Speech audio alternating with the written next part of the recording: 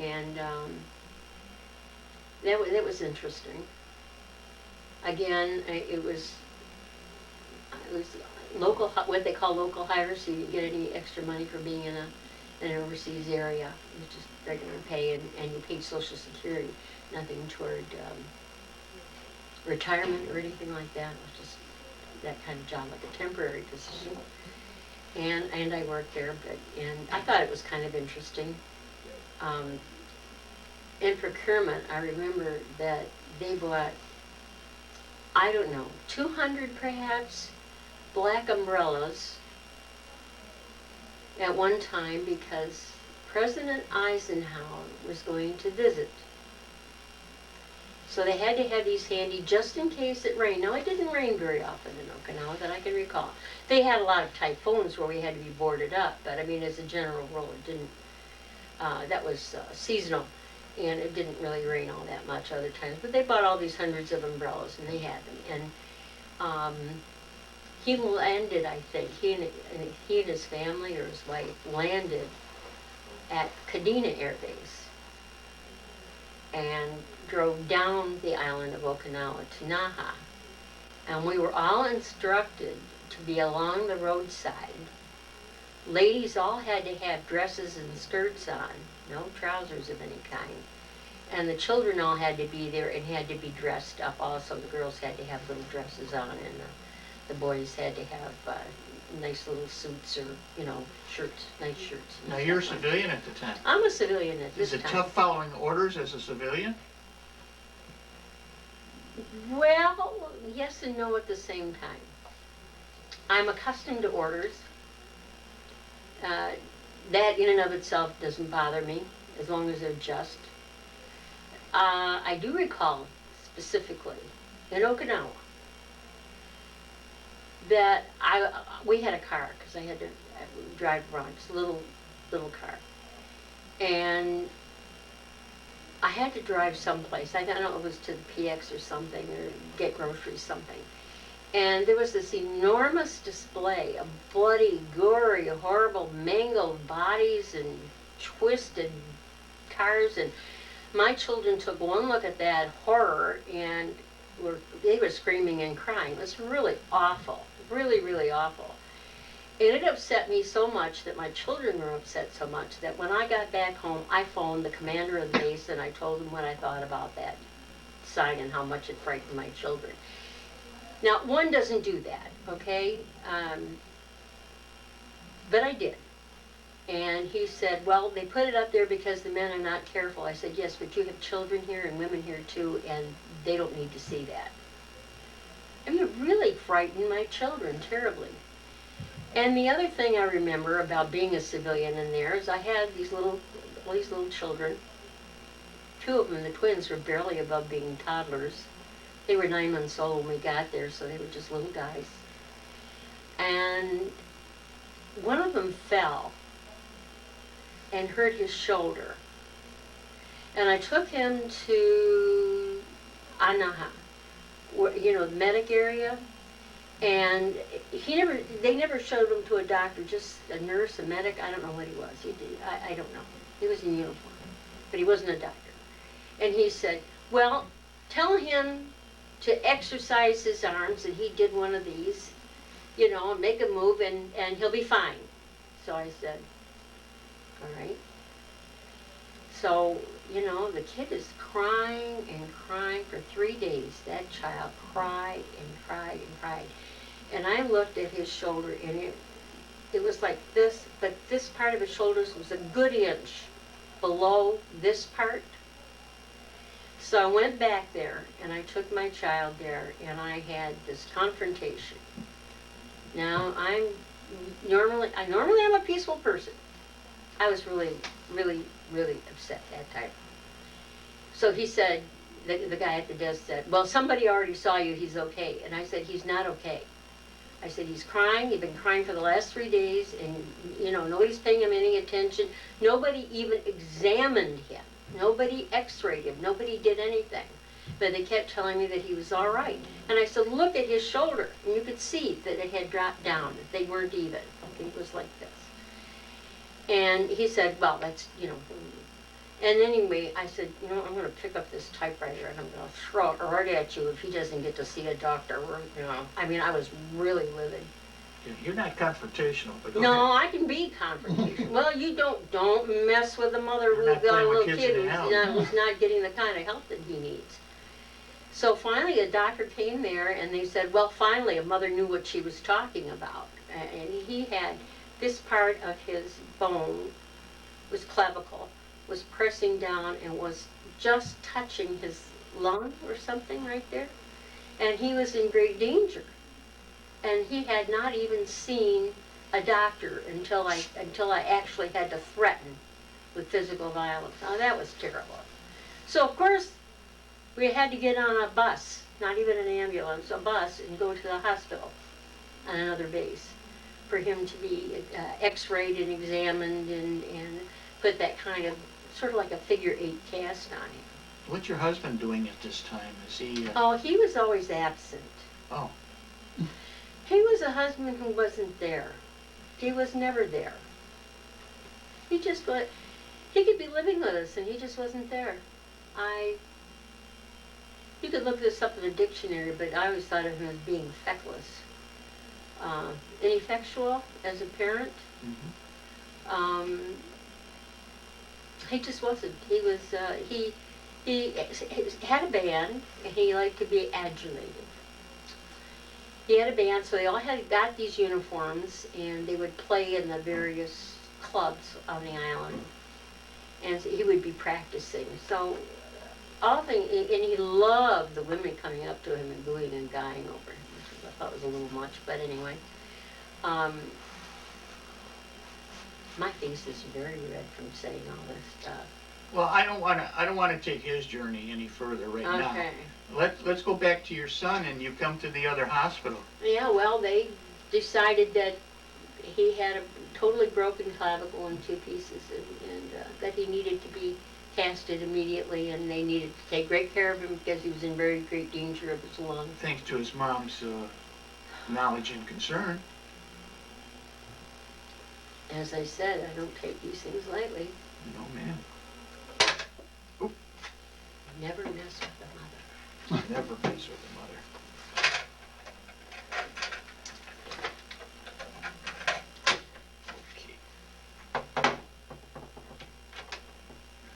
Okay.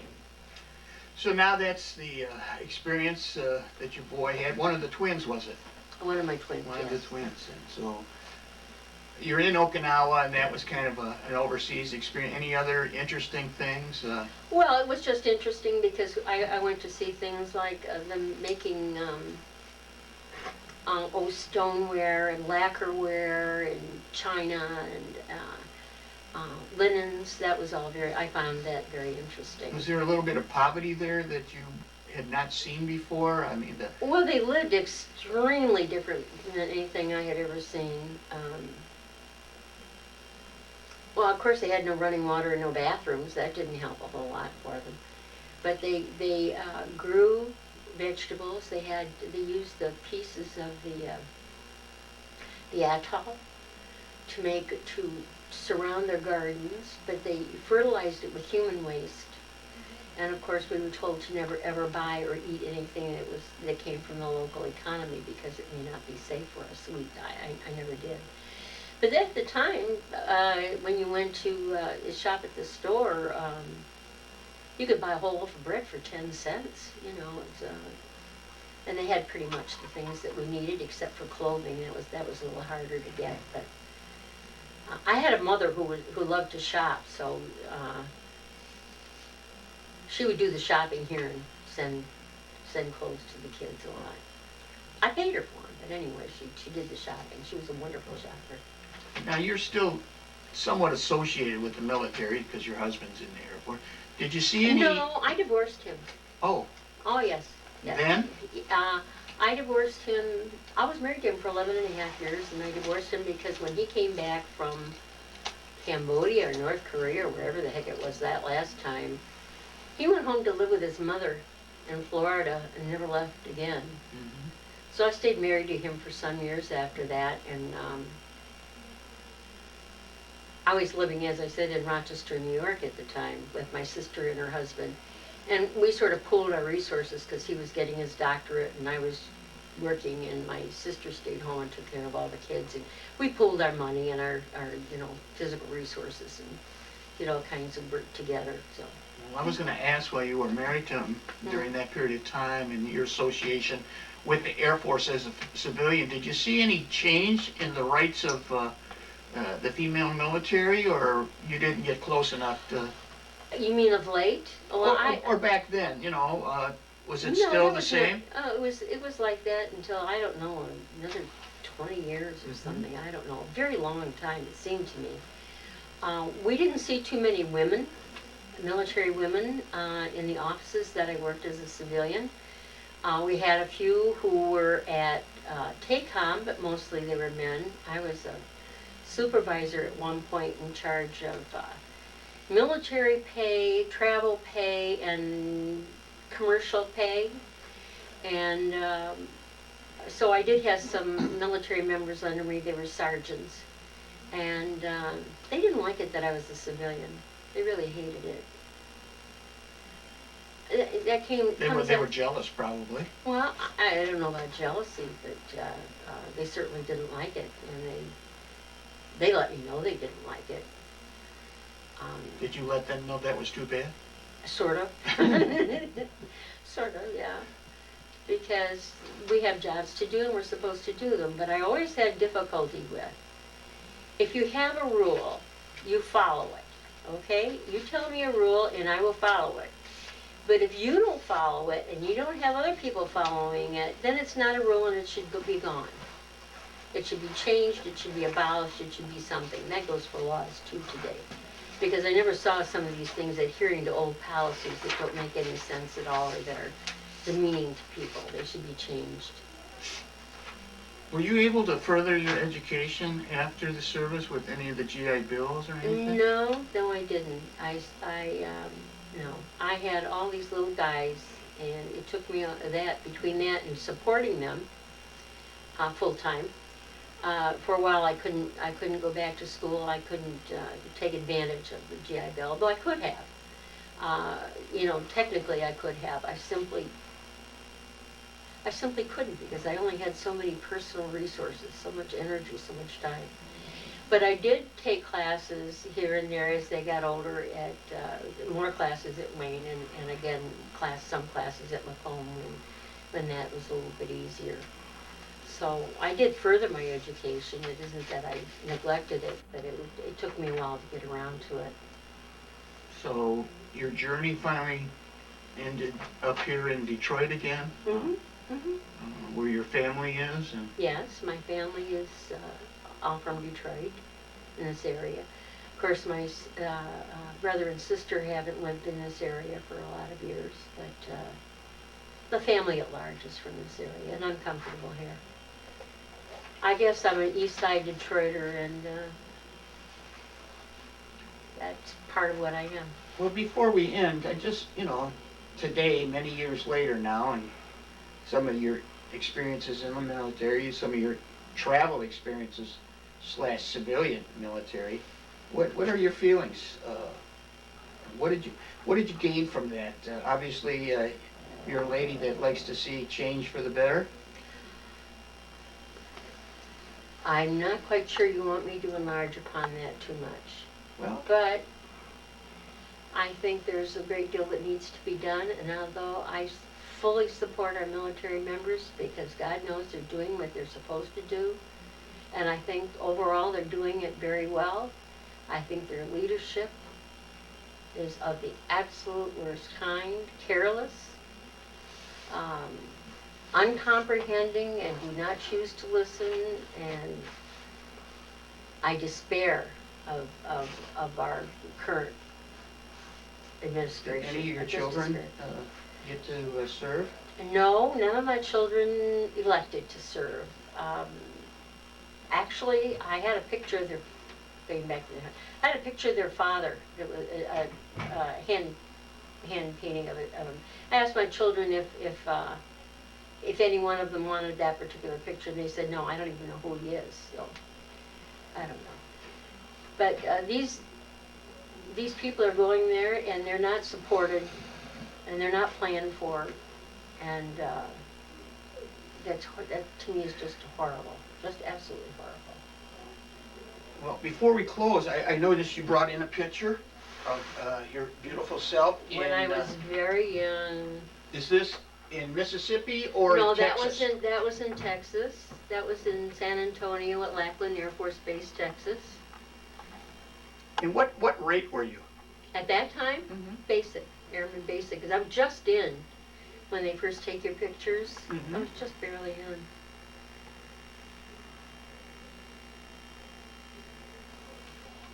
So, and then what rate did you finally discharge at? I had 2 strikes by the time I. What is that called? Sergeant? No. Oh, no. Airman second class? At that time, yeah. Airman second class.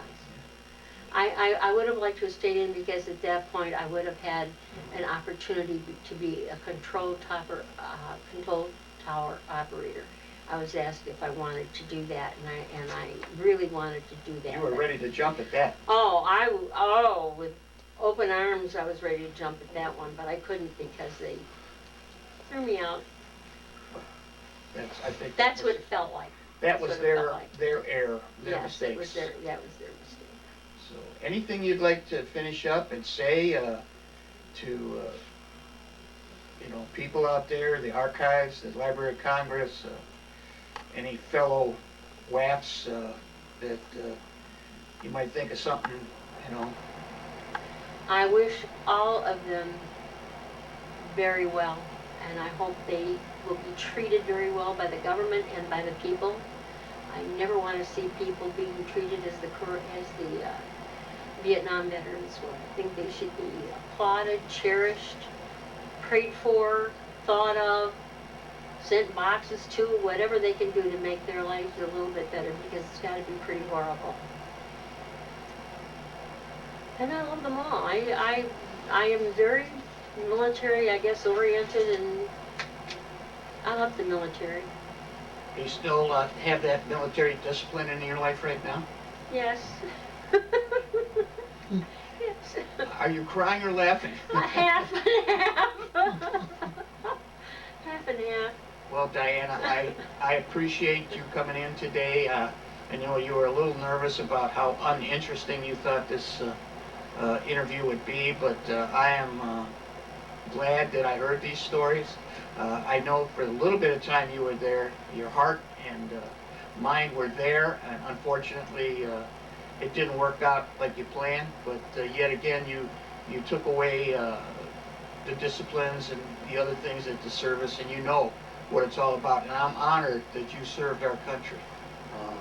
I feel I served my country as well as a civilian, and I'm very proud of that, and I fly my Air Force flag. Yes, ma'am. And my American flag.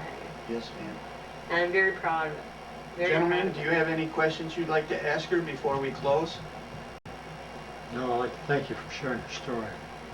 Thank you. I would like you to know that President Bush reviews all of these videos personally. Does he really? I hope he hears what I had to say. I don't think he reviews them personally. You know, if I was the president, I think I would enjoy very much hearing what you had to say. I think it was a very personal presentation. The information you shared was very useful, and if I was making those kind of decisions, it wasn't slanted. So I think these are the kind of things that people that make those decisions and those leaders should see. I also think that some of the things you say, people that hear them should also not only listen to them, but feel what you say. And maybe that'll help make change. Well, you know, I love this country. My parents came from Europe. Well, sorry. My mother is a German Lutheran born in Russia and educated in Canada. My father was educated in Italy. They came to the United States as very young children. They didn't have accents. My father was very, very, very concerned that we would consider ourselves American. we only spoke English. Although my father's first language was Italian and my mother's first language was German, we only spoke English because we were Americans, and I always remember that in my heart and soul, that we are Americans first, no matter where you come from. Yes, ma'am. I agree. Thank you, Diana. Thank you. I'm very proud to have met you.